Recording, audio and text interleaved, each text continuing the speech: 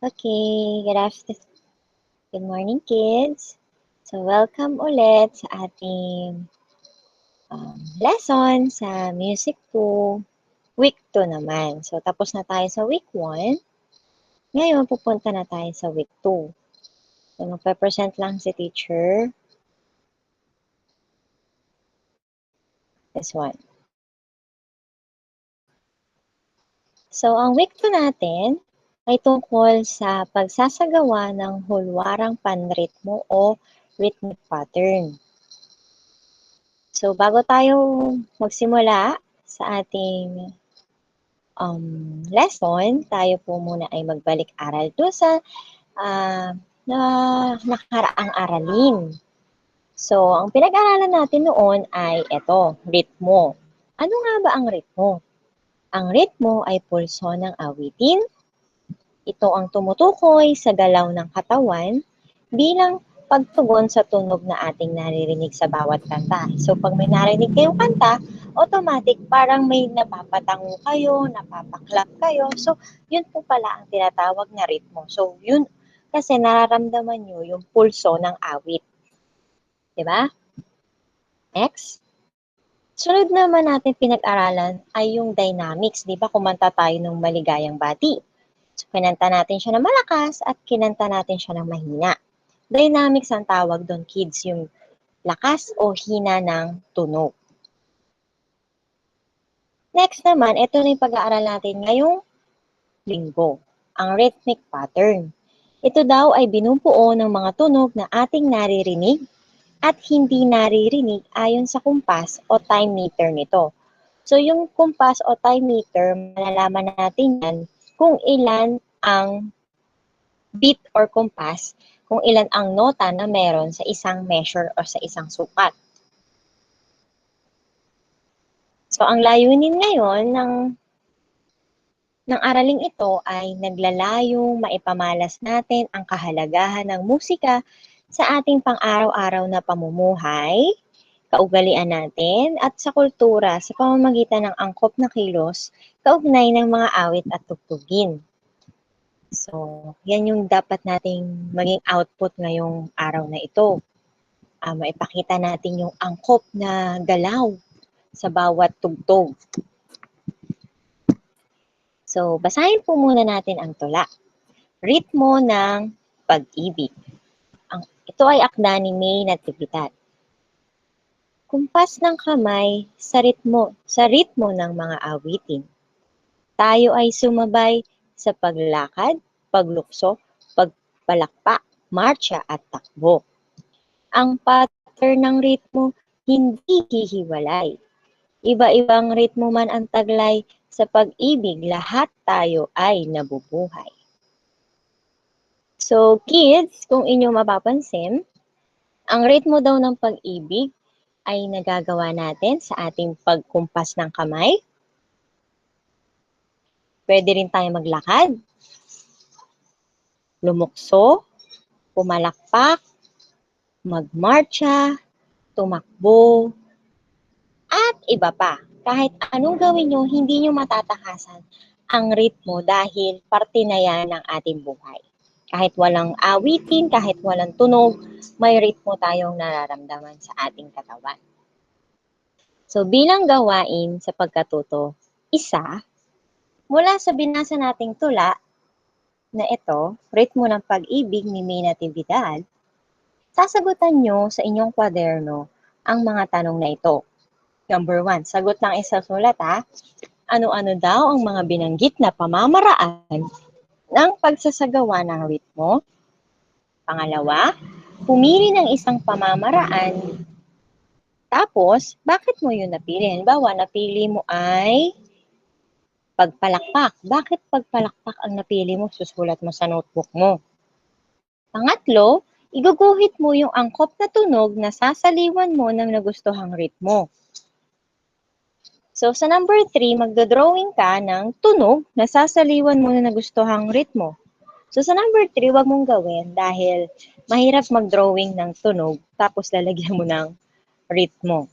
Okay? Although, pwede naman mag-drawing ka ng isang linya na pababa, mga 3 linya, 1, 2, 3, Tapos, sa bawat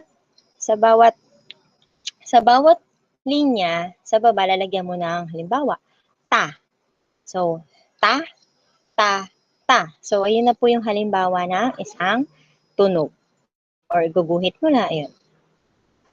So, kasunod, tandaan, lagi natin tatandaan, kids, ito ay diniscuss na noong unang linggo. Ang ating pag-awit, pagkilos at pagtugtog ay magkakaugnay daw na gawain.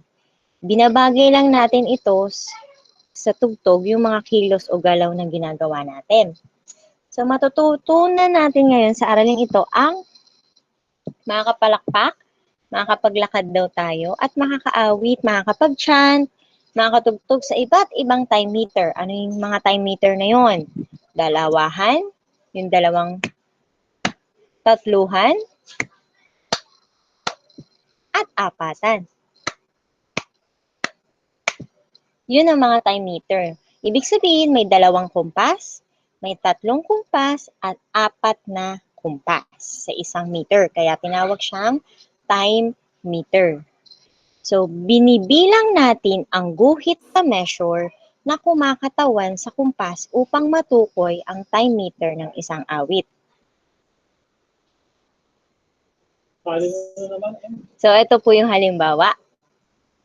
So, ilang guhit meron sa isang time meter na ito? For example, wait lang kids. Ito. Simula dito, hanggang dito, yan ay sukat or measure. Yan ang tinatawag nating measure o sukat. Yung isang yan, simula dito hanggang dito, yan ay measure. Yan na yung time meter. So ngayon, bibilangin natin kung ilan. Okay? Bibilangin natin kung ilang kumpas meron sa loob nitong sukat na ito. So bilangin nga natin, 1, 2, 3, kasama ito ha, 4. So ilang kumpas meron sa isang sukat na ito? Meron tayong 4 na kumpas. So ibig sabihin ito ay nasa apatang time meter. 4 time meter ang tawag yan. 4, wait lang. Time meter.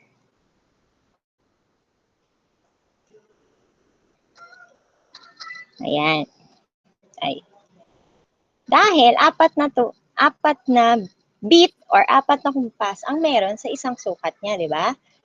So, ang isang beat, nilagyan ni teacher ng salita para magkaroon ng tunog, para hindi kayo malitono. So, isang linyang maliit na yon ay ang katumbas niya ay ta daw.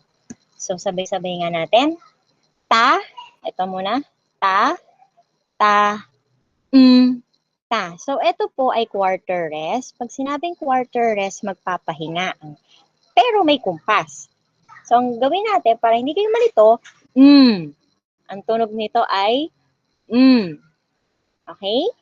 So, again, ta, ta, ta. Kayo nga. Very good. How about this one? Parehas lang yun. So, ta, sabay na tayo. Ta, ta, ta. Very good. Next one is, okay. Yung bawat beat, palta natin ng salita. Unahin natin ang ba. Handa na ba kayo? Kayo lang ah. Ready? Go.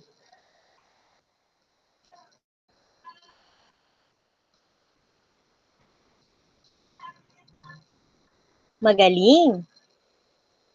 Ngayon, ang gamitin nyo naman ay mo. Go.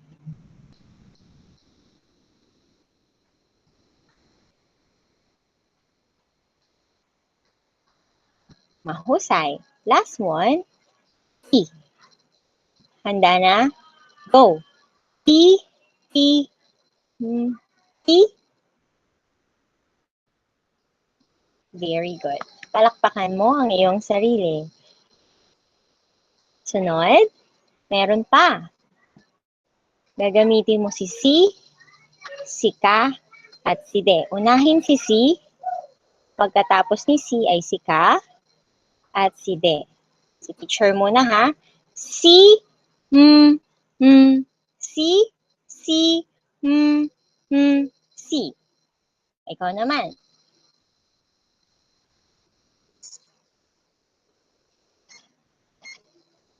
Very good. Sunod, gamitin mo ang ka. Ka.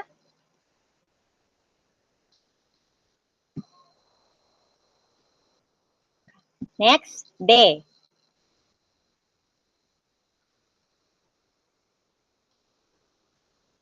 Very good. Okay, next.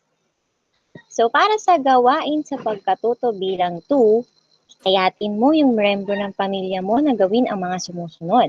So, alam mo ba yung kanta ni Kim Chiu na Bawal Lumabas? Okay. Di ba ang tunog nun ay bawal lumabas, bawal lumabas, bawal lumabas. Okay.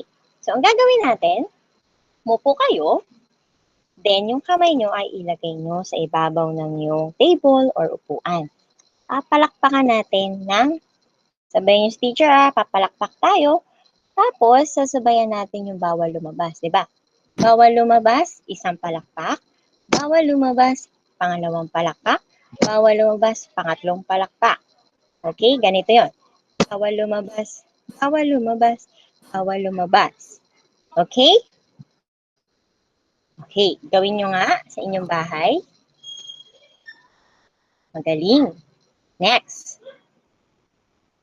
Para sa gawain 3, ang gagawin nyo, kanina, di ba, gumamit tayo ng table or lamesa or upuan para ipalakpak to. Ngayon, ipapalakpak natin gamit ang ating mga kamay. Iyahampas. Kanina kasi mampas lang tayo sa gamit. Ngayon, papalakpak na tayo. So again, ganun lang din yun. 4 na beses lang natin uulitin. Bawal lumabas. Bawal lumabas. Bawal lumabas. Bawal lumabas. Okay? Mamaya mag-video ko gamit yung cellphone ni Mama. Pakita mo sa akin kung nagawa mo na ito na. Okay, next. Para naman sa gawain sa pagkatuto bilang 4, sa gawa ang mga kilos na paparisan o gagayahin. Isama ang miyembro ng pamilya na maaari mong makasabay sa gawain. So, una mong gagawin, kanang paa. So, yung right, kung ito yung kanang paa mo, so, bawal lumabas. Then, kaliwang paa, bawal lumabas. Sabi dito, count 2. So, 2 beses mo gagamitin yung dalawang kaliwang paa mo. Again, bawal lumabas, bawal lumabas, bawal lumabas. Okay? Video ulit para isend kay teacher para makita ko ang iyong performance. Very good. Next, last activity, gawain sa pagkatuto bilang 7. Tingnan ang hulwarang ritmo or rhythmic pattern sa ibaba. Ito yon. Nakikita ba? Bilangin ang maikling guhit sa loob ng sukat na kumakatawan sa kumpas. So, bilangin nga natin. Kung ang sagot mo ay 3, tama. Itong hulwarang panritmong ito ay nasa 3. So, ibig sabihin, 3 time meter siya.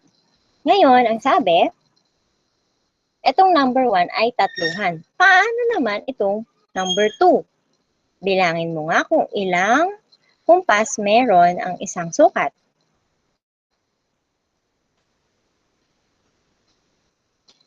Ano ang iyong sagot? Kung ang sagot mo ay 4, tama ka! Magaling! Ang ritmong ito or hulwarang panritmong ito ay nasa 4 or 4 time meter. Ngayon, napapansin nyo ba na may mga smiley face dito? Okay. Gamit ang chart na nandito sa baba, pumalakpak sa mga linyang may masayang mukha. So, papalakpak papalakpakan lang natin daw ay yung may mga happy face or may mga masayang mukha. Handa na ba kayo? Pag wala namang pag walang smiley face, no clap. Okay? So let's try. Start muna tayo sa 1. Ready? Go. Clap, clap, clap, clap. Ganun lang yon. Okay? Gawin mo nga. Galing mo naman. Gawin mo nga ang number 2.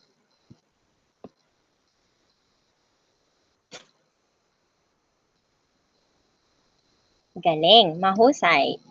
Ngayon, eto naman. Gawin mo rito at sabihin mo kay mama na videoan ka habang ginagawa mo ito para makita ni teacher kung tama ang iyong ginagawa. Ganon din, kapalakpak kayo kapag may masayang muka. Go!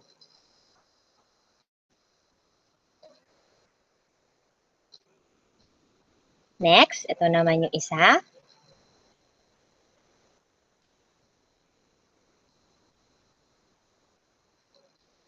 Magaling! Ang galing mo! So ngayon, alam mo na ang hulwarang panrit mo. Mahusay! Salamat sa pakikinig! Bye! Paalam!